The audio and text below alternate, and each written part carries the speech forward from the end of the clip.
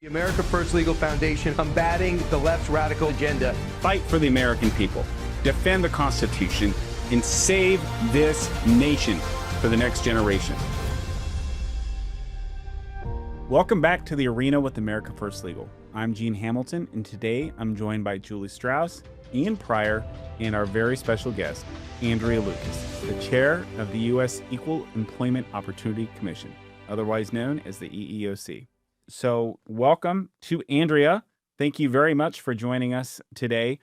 Look, I think that we at America First Legal have a fairly good understanding of the EEOC, what it does, what its function is, what its purpose is, but I don't think that most people at home do. I wish that they did, because I think that would help more people kind of assert their rights and know how to defend themselves. But could you just explain to folks at home, what is the EEOC? What does it do? What is your job? What is its function? Well, thank you so much for having me. It's a really pleasure to be here.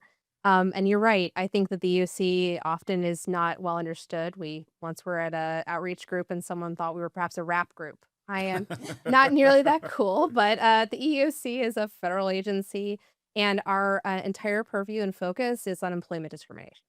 So when you're talking about employment discrimination in the workplace, anything from Title VII, the ADA, a whole host of things like that, it's almost exclusively EEOC. We share a little bit of jurisdiction with the DOJ when we're talking about a state or local government. So state university, police department, fire department, et cetera. EEOC does all the investigations for those claims and then refers them to DOJ for litigation.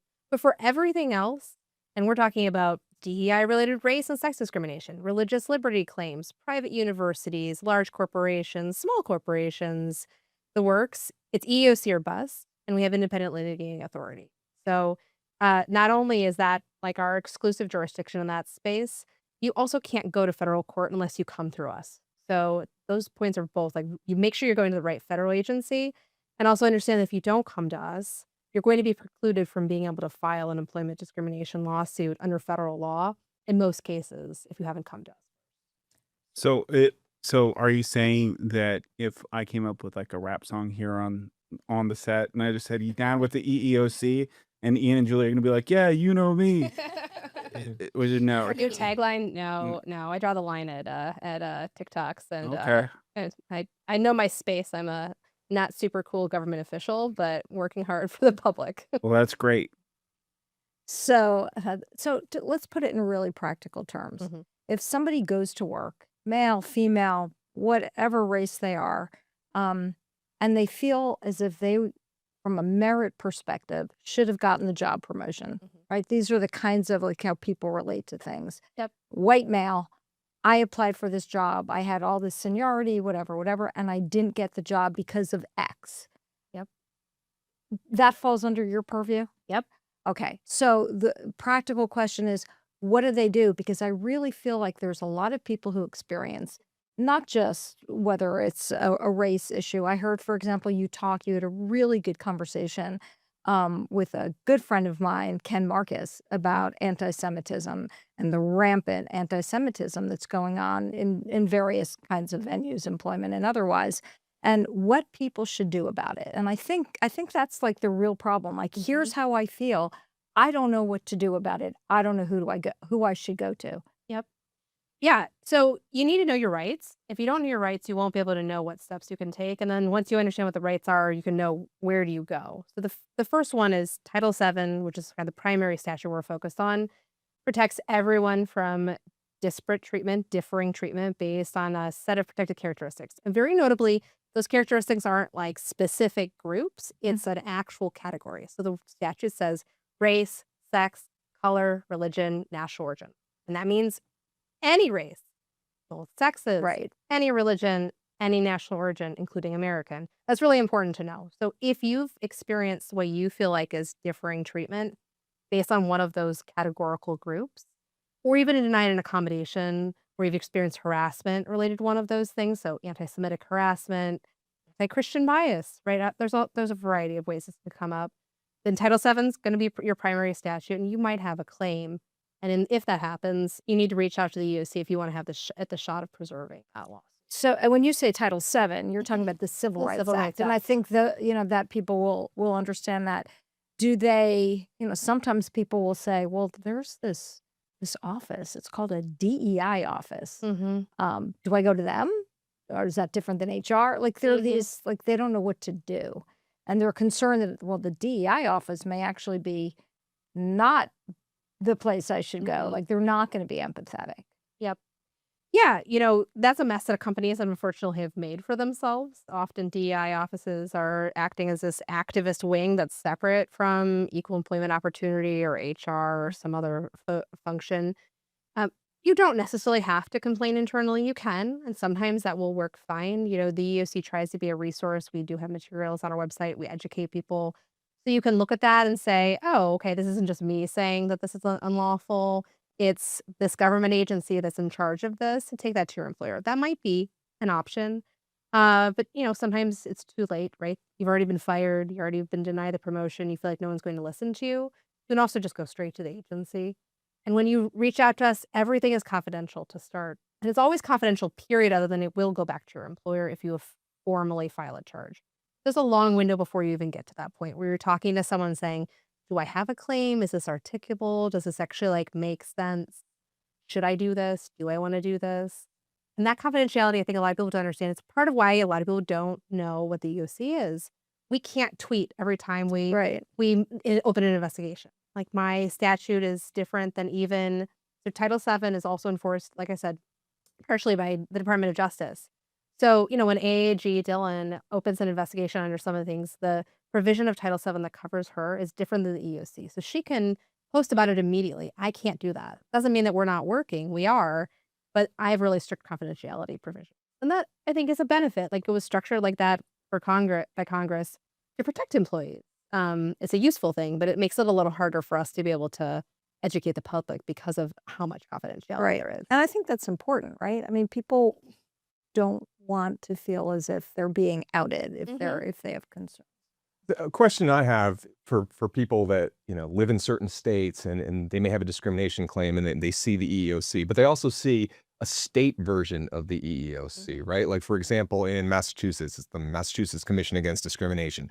How do the two entities function in places like that? Yeah, so if you file with the EEOC, we have work sharing agreements with almost all of these fair employment practice or civil rights commissions. They're called different things in different states. And so you can file with the EEOC and it will count as dual filing in most situations with your state. So you might have a bunch of state law claims and maybe you just want to pursue those. But in many cases, it's often the prudent thing to do, like bring all the claims, right? Maximize your options. And so you can file with the EEOC and that will count as dual filing with that state agency. Now, what about people that may be nervous about filing a complaint with the EEOC because, well, at some point their employer is going to find out about this and they fear repercussions for filing with the EEOC? Yeah. Yeah, I mean, that's an understandable concern. We do have a lot of retaliation claims, and and I'd be dishonest if I didn't say that that's a real concern. But I would say a couple things. One, retaliation is, prohibited by law. So if that happens to you after you file an EEOC charge or you even just start talking about this, complaining internally, you got a retaliation claim potentially. So the law is structured to protect you. And then two, the initial process when you first reach out to the agency is totally confidential, doesn't even go to your employer. And then third, um, you know, we have a whole mediation process. So you don't necessarily even have to go through a full investigation or get to a lawsuit to get relief. Every year we recover millions, hundreds of millions of dollars for employees that never have to get to a lawsuit. It's either through our mediation program or our conciliation program, all of which might be known to your employer, but your employer is like voluntarily resolving that. So we recovered over $528 million last year, which is more than our appropriations by like hundreds of millions of dollars, all through pre-litigation results. So that's something where your employer might know, but it's not like your name is going to be splashed all over the press. And even, I will note, even if we do litigate on your behalf, we take a lot of care. So, we might talk about a lawsuit we just recently filed. You'll note that we don't even name the charging party in some of those. We take a lot of care that it's the EEOC filing on your behalf. We're suing that employer, the United States standing behind you. We're going to be a shield for you. So let me ask another practical question. If you're a person who is sitting there. Maybe you're a VP of something or you're a director of something, and you need to hire someone for your unit that you're responsible for. And you're looking at the different resumes and you're looking at the different things, and you say, "Oh, I want to talk to this person, and this person."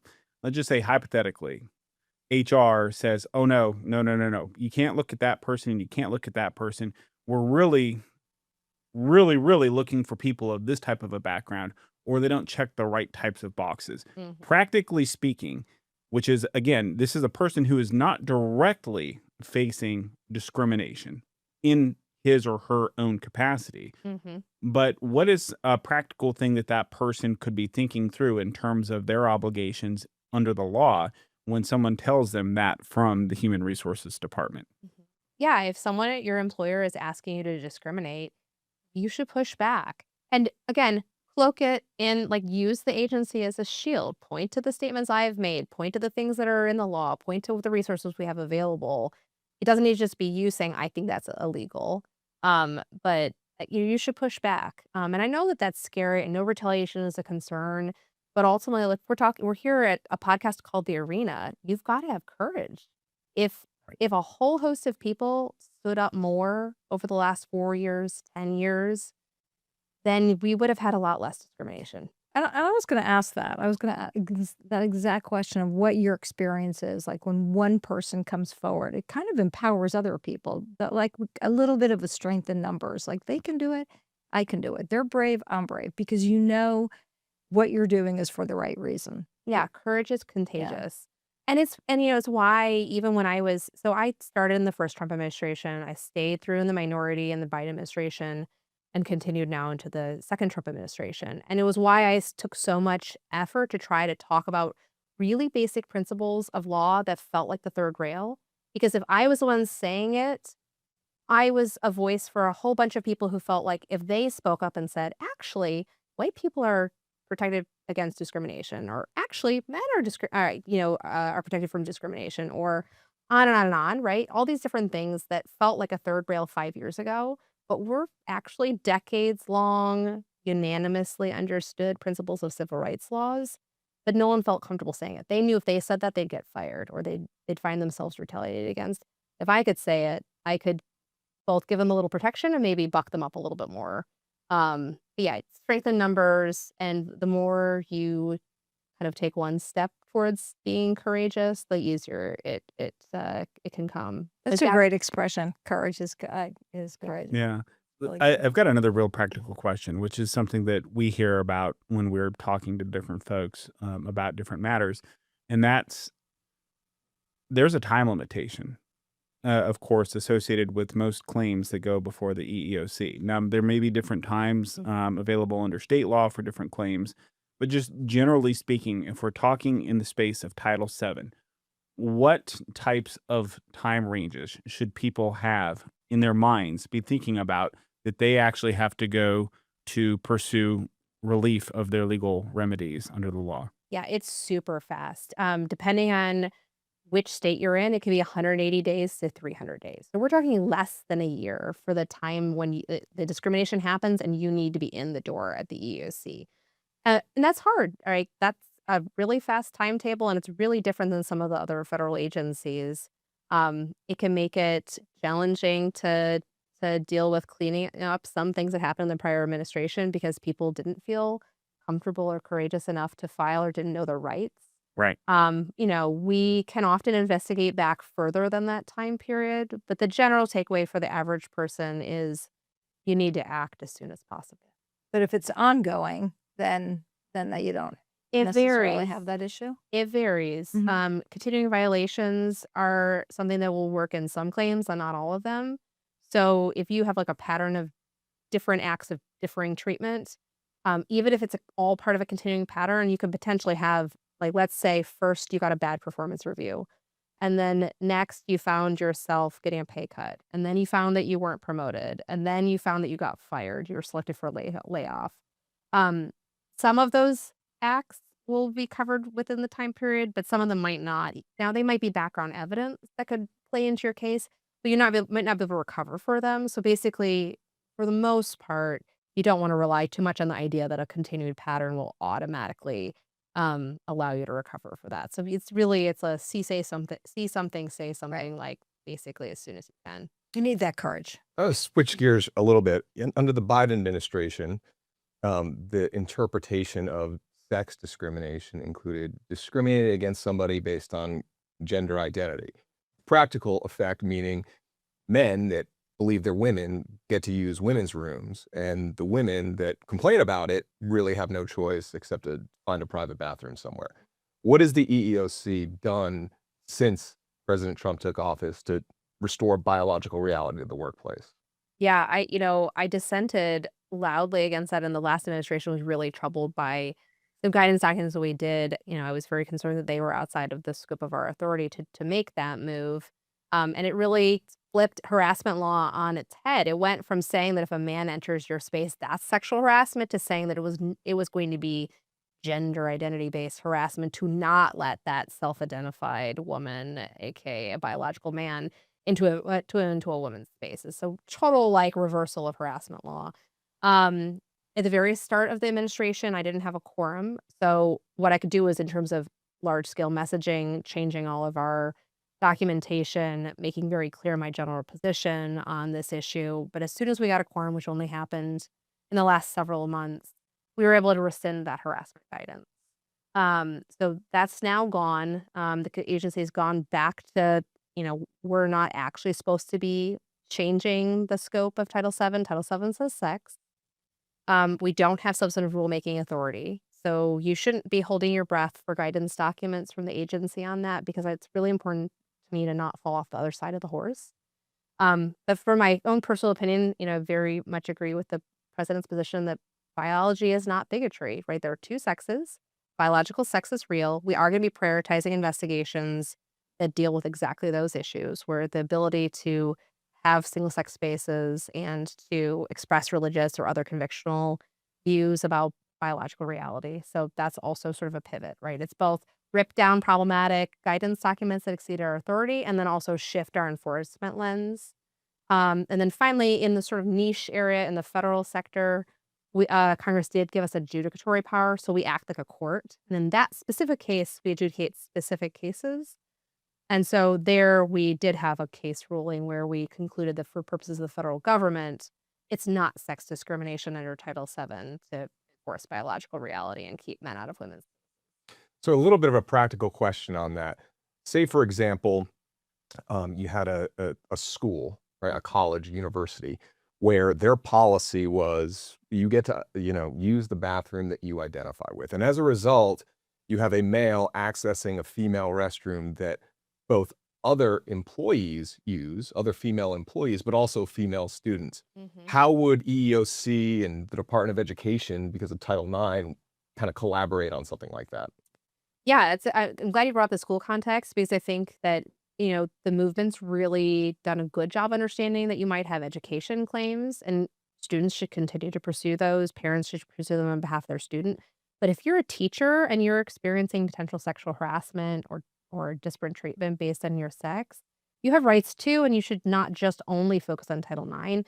You should be reaching out to the EEOC for a Title VII claim.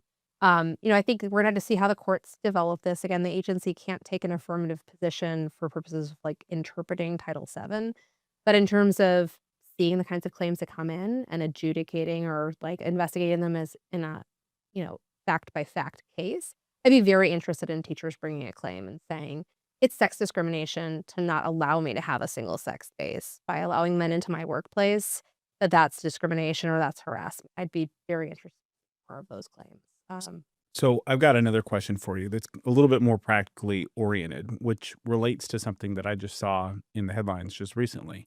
So I know that for the longest time, at least based on my experience, a lot of people took the view that Title VII, when it spoke to race, meant that it only applied to people who were of minorities. It didn't apply to white people. And we've already discussed a little bit about how it applies to everybody. But can you talk about, just in general terms, I saw that you guys just recently took an action against the New York Times based on allegations of racial discrimination against a white employee for the newspaper. for if you're speaking to a business executive or you're speaking to a leader of an organization, what types of practical guidance could you give them when it comes to making sure that you're treating all of your employees the same? Yeah, I mean, like I said at the top, you have to actually understand the civil rights rules of the road, and that means you literally cannot discriminate against anyone based on race. It's not a one-sided ratchet. It's not only limited to certain historically underrepresented or BIPOC or minorities, whatever terminology you want to use. Race discrimination means race discrimination. There's no such thing as reverse race discrimination. All race discrimination is wrong. And executives and employees need to internalize that because if you don't, you have severe risk. You always had legal risk, but your enforcement risk is way higher because we're taking that seriously. We're actually doing something about it. I looked a little bit at the statistics, at the kind of cases we brought over the last decade. And we undoubtedly always took the position that race discrimination, in fact, covered white employees. We've actually been doing that for decades. We led this before the Supreme Court took that position. We took that position. So the agency's been unanimous on that point. It's not controversial, but what does it actually look like in terms of enforcement priorities? Out of about 1,000, probably more than 1,000 lawsuits the agency brought over a decade, we have filed 7 lawsuits on behalf of white employees for race discrimination, 0 for white men. 0. Up until yesterday when we sued the New York Times on behalf of a white employee. Wow. Now, we've recovered also in the Trump administration some additional settlements in that space. But the point is, pre this Trump administration, the enforcement has been pretty negligible in terms of any public actions. There have, in fact, been recoveries that have been confidential. The agency has recovered millions every single year for white employees. But it matters what you choose to litigate. It matters how you frame things because it's not surprising that many white men thought that they weren't actually covered by this. If the agency over 1,000 cases basically brings 0 cases, then you have the law as written and then you have the law as enforced. Right. That's incredible. It's like you need to think about that for a minute. That's really staggering. Mhm. You've done a lot.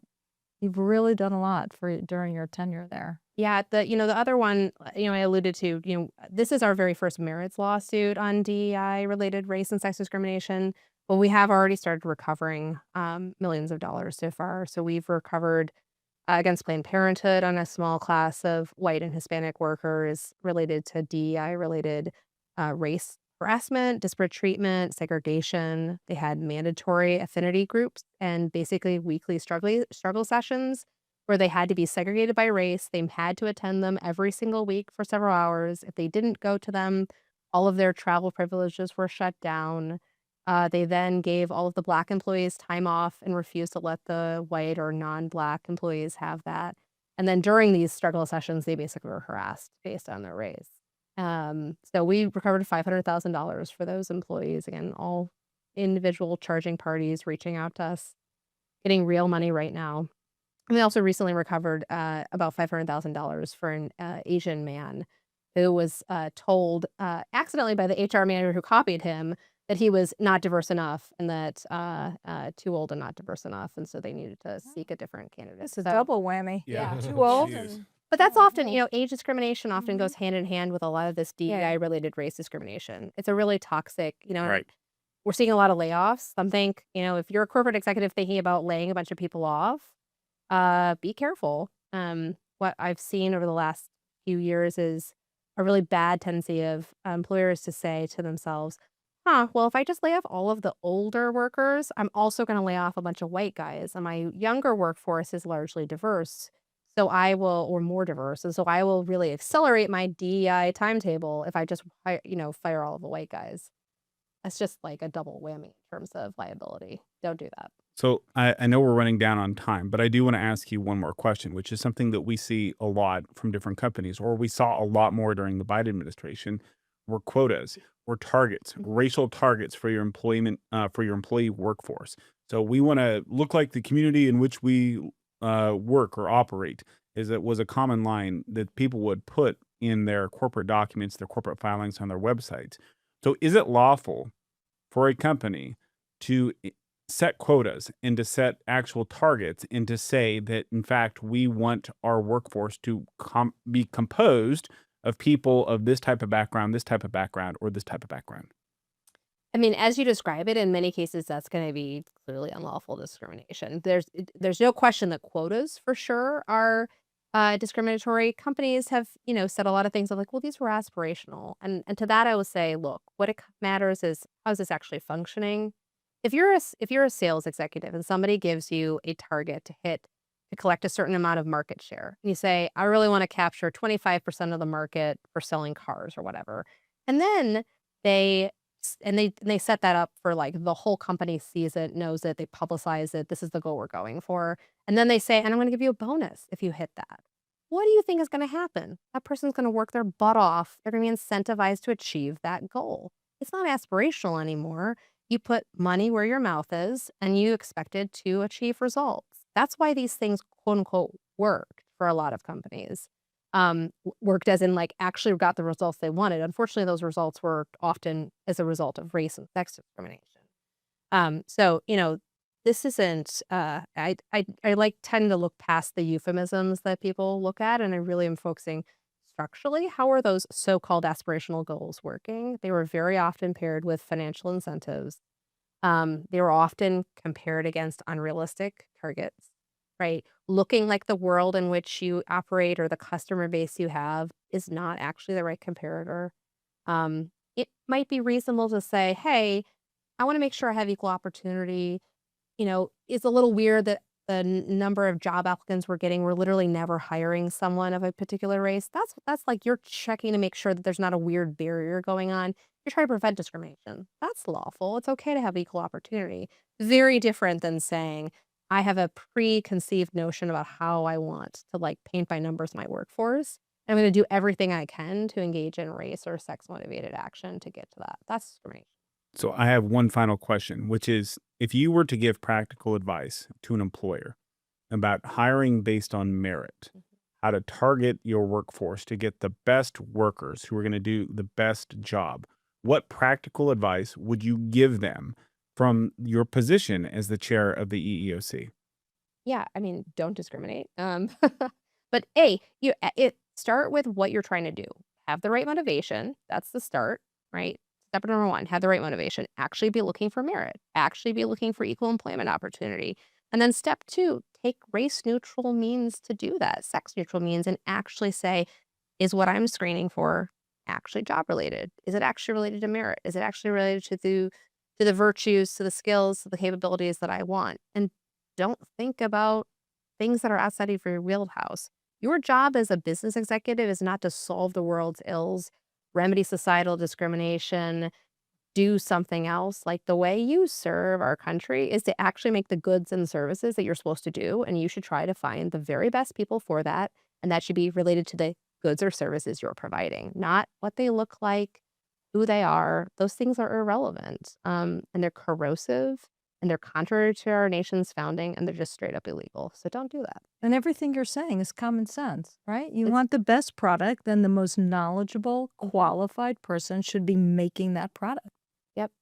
But look, again, it's one of those things where this is really common sense. This was an emperor has no clothes situation. But up until a couple of years ago, people weren't willing to say, like, that's just straight up discrimination. You got to stop doing that. But everyone knows the emperor has no clothes now. That's great. Sorry, and I lied. I have one more question, but I've heard you say it before, but I just want to make sure that everybody at home gets it. Is there such a thing as reverse discrimination? No, there's only discrimination. All discrimination is wrong. There's no good form of race discrimination. Race discrimination is race discrimination is race discrimination. Don't do it. Great. That's time now actually to segment into our bad legal take of the week. We'll get started with it. From viral bad arguments to headline mistakes, we're calling them out on bad legal takes. All right. Today's bad legal take from me, at least, comes from something that is very relevant to our guest on the show today. It comes from a X handle by the name of somebody named Wall E Scholar. And Wall E Scholar decided to comment on Chair Lucas's post about a recent lawsuit. And Wall E Scholar's post says, and I quote, Andrea Lucas appears to believe that unless all promotions and senior level positions go to a white person, then it must be racism and anti-white bias. This is the thinking of white supremacists. So I'm going to go ahead and call that a bad legal take. Tell me I'm wrong. You're not wrong. Of course not. But I mean, it's insane because you're trying to enforce discrimination law to make sure that everybody has an equal opportunity, regardless of race, regardless of national origin, regardless of anything other than merit. That is white supremacy. That's what got us into this in the first place, where everything is white supremacy, right? It's the whole Ibram Kendi. The remedy for past discrimination is present discrimination. The remedy for present discrimination is future discrimination. No, the remedy for discrimination is not to discriminate. Hey, I totally agree. And I have to tell you, I was accused of being a white supremacist at one time because I dared to say to somebody that I espouse the Martin Luther King, that people, the credo, we should all be judged by the content of our character, not by the color of our skin. And a public official actually said to me, well, if you do that, then that means you're not recognizing different people's color. You're saying, in essence, by not judging people by the color of their skin, you're not recognizing that there are, this is just a quote, black, brown, yellow people. And therefore, the only color that's left is white. And therefore, you think white is supreme. I mean, honestly, it's not that I normally lack for verbiage, but I was shocked. I was like stunned by the crazy logic. And that's a thing. Like, people really do think that renders you a white supremacist. Gee, I hope that wasn't anybody that's in charge of like a school system or something. Well, All right. Ian. So to our special guest, you heard me say what I think is a bad legal take. If someone acts to remedy discrimination against them based on their race, and I'm not asking you to comment about the particulars of this case that they were commenting on, is that evidence of a desire to benefit an entire group of people, or is that evidence of the government actually trying to protect individual rights? Yeah, it's individual rights only, right? And nobody, no matter what your color, what your race is, no one should be judged on that. That's irrelevant. It's corrosive. It's illegal. And there's no way to engage in even-handed enforcement without bringing cases on behalf of people of every single race. So, in that particular matter, we'll have to fight that out in the courts. But people need to know that no matter what your race is, the EEOC is going to take your claim seriously. We bring race discrimination cases on behalf of individuals of every single race and both sexes. We recover millions of dollars for individuals across the board. We're not going to keep it a dirty little secret anymore, right? We have, in fact, recovered millions before for white employees. We're also going to be lawsuits about that. We're going to acknowledge that for people so people don't think that there's some sort of carve out. That's not an attempt at white supremacy. It's an attempt of saying no one should feel ashamed of their race. Everyone has equal rights. Everyone is an individual. You have individual dignity, and we're going to treat you as such. And if you have a good meritorious case, we're going to take it seriously. So you're not going to be judged based on your skin color when you come in the door of a federal agency. You're going to be based on, do we think you have a good, solid case? If so, it's going to proceed. I think what we've discussed here makes it very, very clear that was not only a bad legal take, probably one of the dumbest legal takes I've heard in the last year. And that's saying a lot.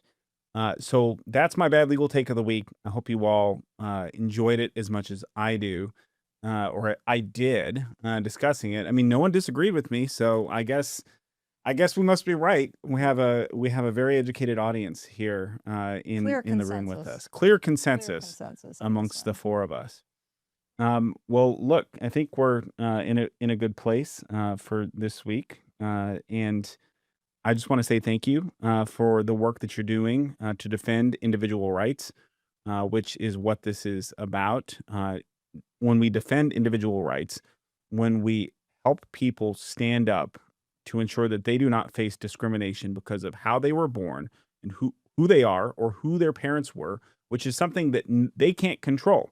They can't control that their parents were of this race or that race or whatever. They can't control the fact that they were born a boy or a girl. And so when you have a government agency that's there ready to defend their rights against major employers, major corporations across the spectrum, I think that actually helps all Americans in the aggregate. Individual acts of courage, as you said, really stiffen the spines of everybody else, and it gives a lot of credence to the phrase that courage is contagious. So thank you for joining us today. I think we all really enjoyed it, and we really appreciate all your work. Thank you. It was a pleasure. Glad to be here. Well, that was really interesting discussion with Andrea Lucas from the EEOC. I know that we certainly at America First Legal have done a lot to try to step up and protect individual rights when it comes to discrimination by major employers across the country. And we've done it almost since really the beginning of the organization. And at the time, I can recall getting a lot of heat and a lot of criticism from a lot of major media publications. Oh, here comes America First Legal. They're trying to come at us with their white supremacy, and they're trying to, instill white supremacy on the country, and white people can't be discriminated against. And look at these people saying that it's illegal to discriminate against white people, when really our position all along was everybody deserves equal treatment under the law. I mean, that's really what it comes down to. Every single person. That's the way the statute was written. That's the constitutional guarantee. And the notion that these companies could just operate with impunity for the longest time, that they could just, hey, who's going to come after me? Who's going to sue me? Who's going to do something? I don't care if I discriminate against that white guy, that old white man. I'm going to fire him because that's how I'm going to achieve my metrics. That's how I'm going to get my bonus for leading my business unit, is I am going to ensure that I meet the organization's targets for our demographic breakdown of the workforce. So, it's really been interesting to see, at least for me personally, to think about where we were just a few years ago when it comes to media rhetoric, when it comes to leftist rhetoric, when it comes to corporate rhetoric from the biggest companies across America about when it comes to issues like DEI and equity and the treatment of the workforce, just how far things have shifted. Now, I am a person who is eternally optimist personally, but I'm also very real. And I think that there's a lot of companies that are probably just hiding things today. They're just biding their time, seeing if this Trump administration is serious about the really great work that they've already done, and trying to see what happens with the next couple of election cycles. But I mean, what do y'all think? I mean, I think that the Biden years in particular were really bad. This isn't a phenomenon that just started under Biden. It was present and problematic for decades. But we, under Biden, saw companies adopting the wokest, most ridiculous targets you could ever imagine, saying we're only going to hire people of this background or that background or the other background. And that's one of the most fundamentally unfair things I could ever think about. And yet every single person was doing it, acting practically with impunity. Well, I think one of the things you can look at is more culturally broad, right? And look at advertising and marketing. You go back to the infamous Bud Light, whatever that dude's name was, Dylan something. Dylan Mulvaney. Yeah. Dylan Mulvaney, the dude pretending to be a woman that was on the Bud Light bottle, and the massive backlash. Cost them billions. Yeah, what do we see now though? Bud Light's putting out commercials with Peyton Manning and Shane Gillis. Why? Because it's funny, right? People want to see that. That's what you put things out to sell products. You don't put things out to show how empathetic you are to everybody in the world. That doesn't sell products. That ruins companies. So hopefully companies realize this, and it translates down into the workforce as well, where it's, look, we're trying to sell products. We're trying to make money. We're not going to hire based on race. We're going to hire based on talent. Yeah, I mean, going back to the Bud Light thing, it's just you also have to know your demographic. Like, who are you selling to? Who's your audience? I mean, it wasn't just illegal. What they were doing with a lot of their policies, but it was like idiotic because it's just, I mean, nobody wanted that to be forced upon them. I mean, who has the horse commercials? Is that Oh, think the that's Clyde. Budweiser. Yeah, yeah. It's and like, isn't Anheuser-Busch like the yay, parent Clydesdales company? are back. Yeah. Amazing. Like, how excited were Right. we when at the Super Bowl and was like, yes, we Yeah, did it's see like the horses are Clydesdales. back. Yeah, Exactly. Look, it's that's what so we like. crazy to think that there was a time, and you're right, it's still there. The websites and for some companies have hidden the language a little, but how counterintuitive is it for a company to openly and notoriously say, we're going to hire based on skin color, or we're going to hire based on whatever, LGBT, what you name it, as opposed to merit? Like, you are in the business to make money. You have shareholders to answer to. Why would you make decisions on anything based upon profits, losses, what's in the best interest of selling your goods or your services? And yet, during the Biden years, it was not only happening, but it was encouraged, it was open, it was notorious. And so, getting back to your Clydesdales, American people want good product. They want good service. They want to be able to turn on television and look at a commercial that does not have a political message. It's very simple, like so much, and so much, again, with the conversation with Chair Lucas, it's all about common sense, right? You hire people based on merit. You promote people based on merit. You don't do it based on gender, skin color, any of that stuff. Yeah, I mean, I think I just saw that the Trump administration issued a report about the economic costs of some of these DEI policies. And it's really funny because I don't know if y'all remember this. There was a report that there was a consultant organization, and in which one it was specifically is escaping me, but they came out with this study or this report circa 2020, 2019, I don't know, 2021, somewhere in there, that said that it was actually financially advantageous for companies to adopt these DEI policies.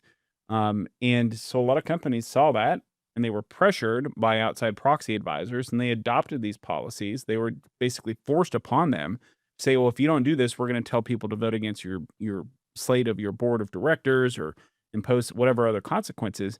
And then to come find out that the entire thing was a complete and total farce. It was a complete and total fabrication. And yet a lot of companies touted the benefits of the study, of this report that was issued, when in fact the opposite. Anyone with common sense, to your point, Julie, has to know all that matters is merit. You find the best person. It doesn't matter what color their skin is. It doesn't matter if they're a man or a woman. Whoever's the best person for that particular job is the person that you hire to make your widget, to offer your service, to do your thing. That's what you hire based on, is who is going to actually make something that's excellent.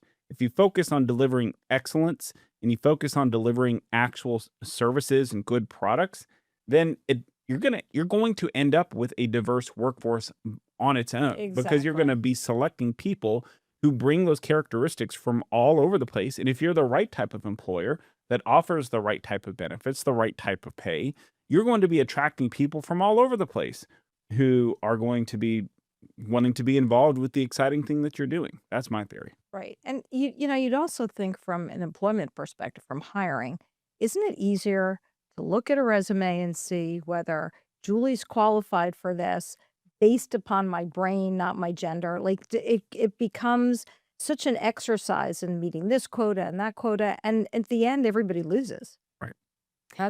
Yeah, and if you make it about checking a box, you're taking the value away from the person, which is what it should be all about. I mean, it should be about the people and what they bring to the table, not what box they check. Well, the other thing that was really interesting is listening to Andrea talk about, the EEOC has long recognized that everybody is equally protected by Title VII. And if you just look at the text of Title VII, and I'm sure we can throw it up on the screen for everybody at home, but if you just look at that text, it doesn't make any exception. It doesn't make any exception for white people. It doesn't make any exception for old white men in particular, who have borne the brunt of a lot of the layoffs and adverse employment decisions over the last 5 to 6 years in particular. And yet these, again, people engaged in this behavior because they were caught up in some kind of a fervor. They were caught up in some kind of a fervor that wasn't just by happenstance, but that was set into motion by advocates with an agenda. And they used levers and pressure points, just to touch on the thing I just mentioned a little bit ago, with some of these compensation plans, where they would tell, the VP of whomever, look, I am going to give you a bonus of 30% of your salary at the end of the year, but you have to meet the following metrics. And, there's one that's at least tangentially related to actual performance. And then some of the most important ones as a percentage were tied to the composition of their individual workforce, of their direct reports. I mean, I can't imagine. It's like if, as though a company had a requirement to receive a bonus for you to engage in a certain number of bank robberies, to violate the law a certain number of times to be able to receive a bonus. I mean, it's insane. It was so flatly illegal. Flatly illegal. And we've had cases at AFL. We have cases pending now where Right. people have come to us. It's I was going to say it's black and white, no pun intended, but it's super clear, Yeah. right? That people have been passed over based upon merit solely because of skin color or gender. It's insanity. And thank goodness they came forward. And I think that's really important. That's one of the things we do with our Center for Legal Equality is we say, we're here, reach out to us. We'll tell you honestly whether we think it's something we can help you with or not. We're very transparent about it. But it does take a brave person to come forward. Yeah. Because it's a bureaucracy, if you will, going against a company. But big companies do have to respond just like small companies do. There's no exception to the rule. Right. One of the things that's also been really interesting, at least from my standpoint, is the number of people who um, will speak up and they'll say, "Oh yeah, well this thing happened to me," and you listen to the fact pattern. Oh my gosh, it's blatantly illegal. Not only violative of Title VII, but also 42 U.S.C. 1981, which has been on the books for over 160 years now at this point.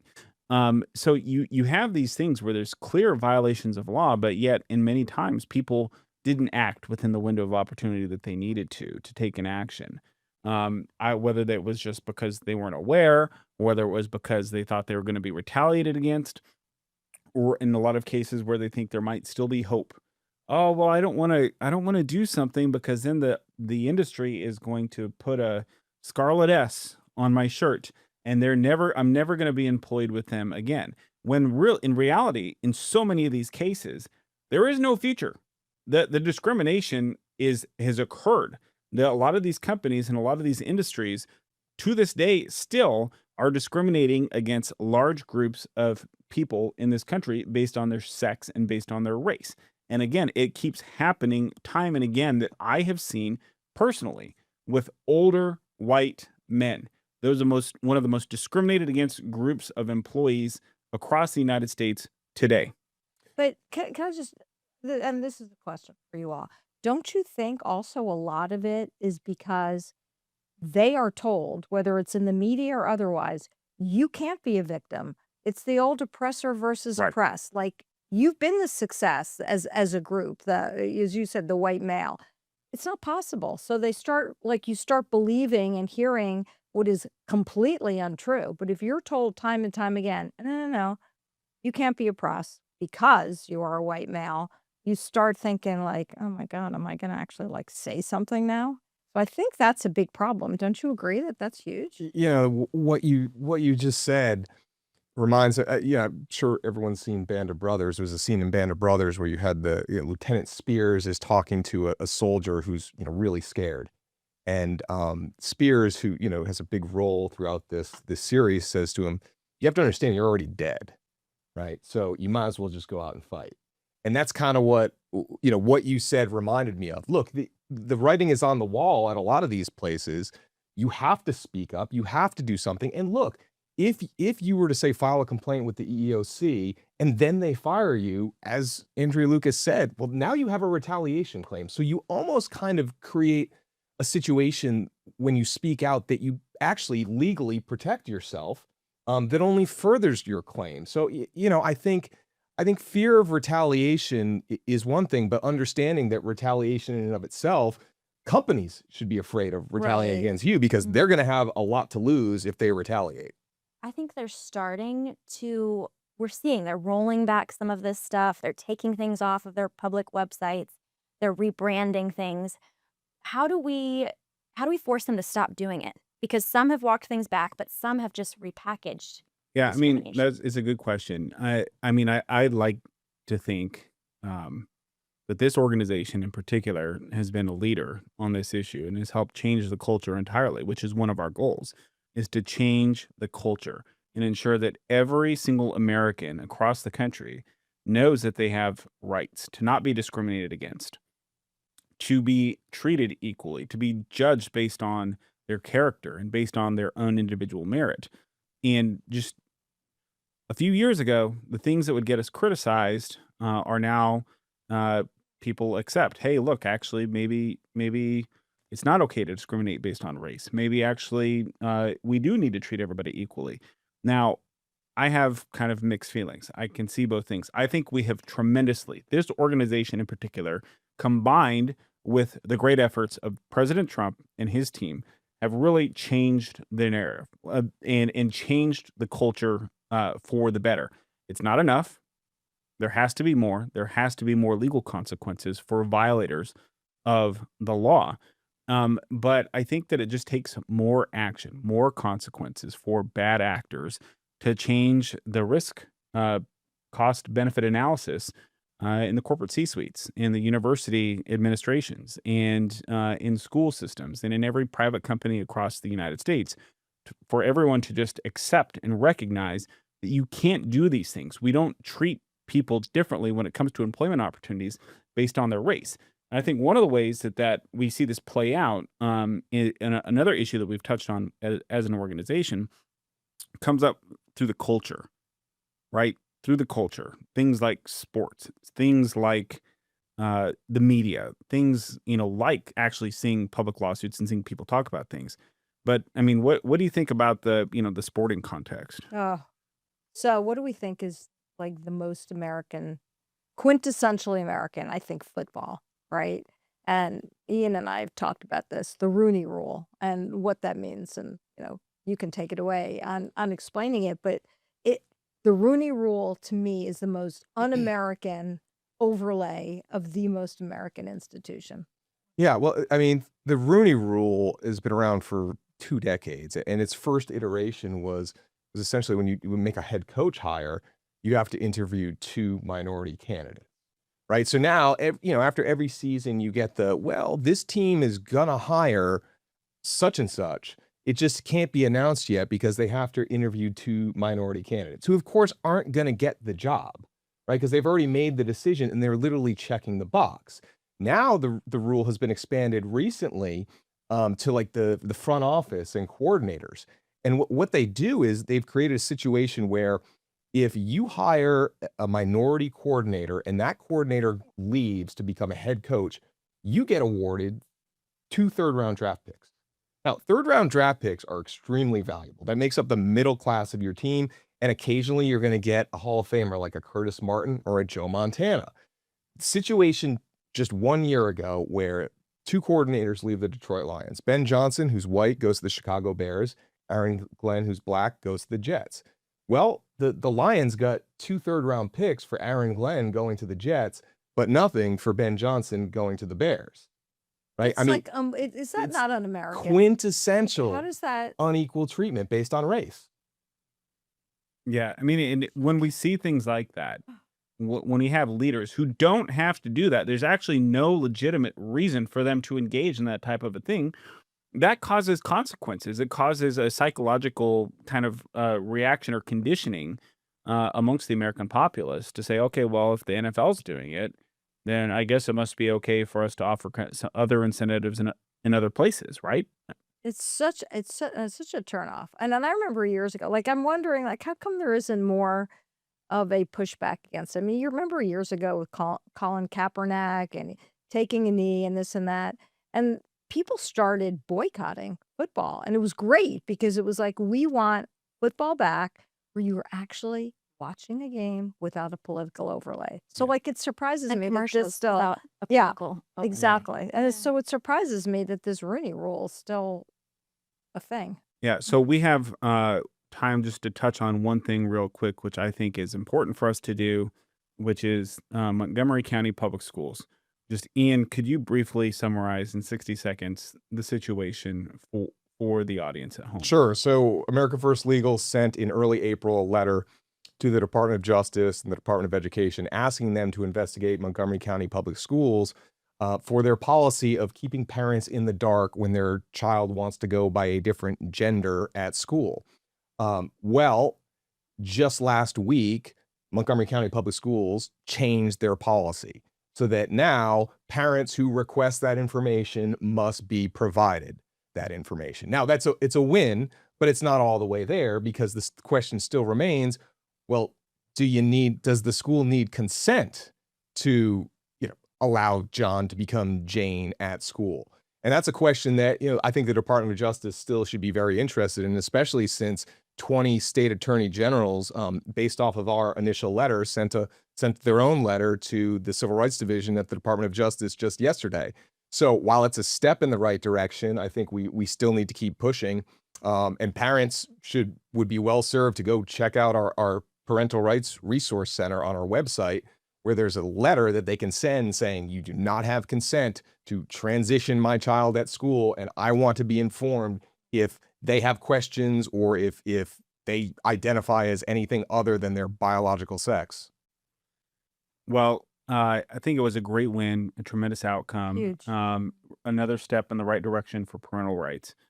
As Ian said, you can go to our Parent and Student Action Center on our website at aflegal.org. You can check out all of those resources, whether it's for you, your children, maybe it's your friends, your family, somebody else that you know that could use these resources. Please make sure that you refer them to that webpage. It's all free for folks to use, and you can also contact us in the event that you need legal help. That's all for today's show.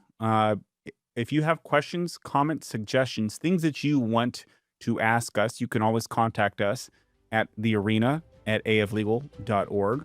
Please also consult our website to see any other things that you need in terms of legal resources, or if you'd like to consult one of our attorneys for individual discrimination case that you may have seen, experienced, or suffered yourself.